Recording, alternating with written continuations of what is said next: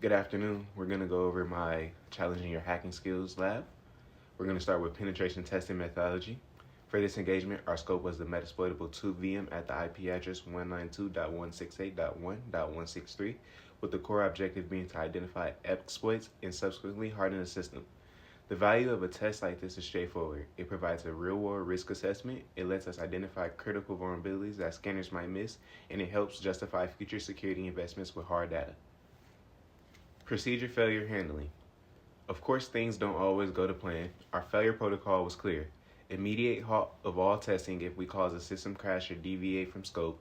From there, we conduct a root cause analysis by digging into the logs, document everything that happened, and maintain clear communication with any stakeholders throughout the process. Nmap vulnerability scans. Now to the scanning results, starting with Nmap. Our initial network discovery sweep quickly identified our target host and revealed an extensive attack surface with over 24 open ports.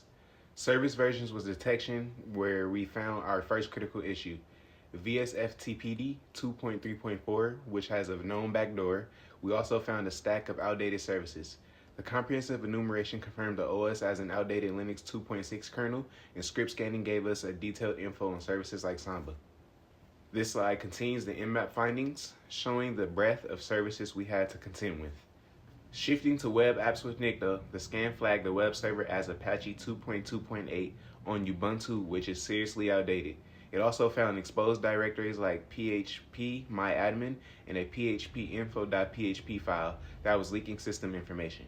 On the security side, it noted missing security headers and that the trace method was enabled, which is a known vulnerability. To go deeper, we used the OWASP Zap.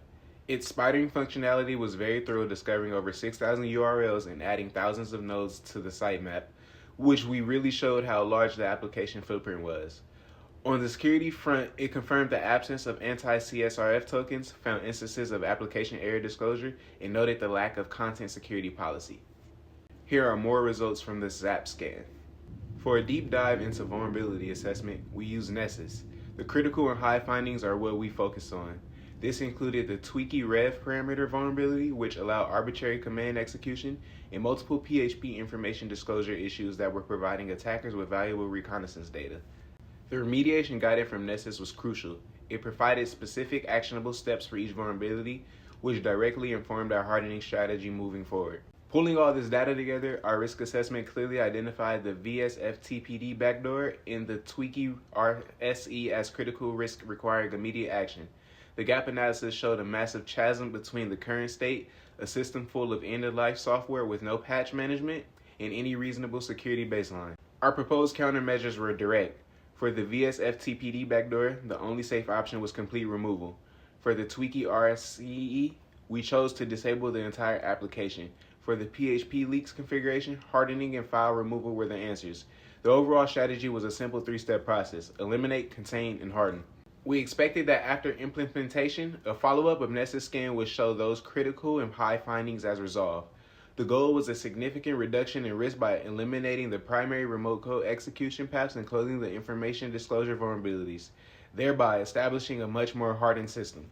Now for the action. We logged directly into the Metasploitable VM and implemented our plan. Change 1. VSFTPD was stopped and completely uninstalled. Change 2. The tweaky directory was named to tweaky.disable, effectively neutralizing it.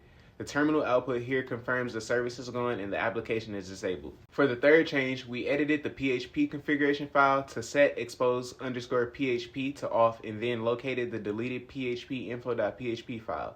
A restart of the Apache service applied these changes. The screenshot confirms the configuration was saved and the file is no longer present. We chose these three changes based on the balance of criticalness and expedience. They targeted the most severe vulnerabilities that also happened to have straightforward fixes. As a result, we directly impacted the critical VSFTPD backdoor, the high severity tweaky RCE, and the medium level PHP information disclosures.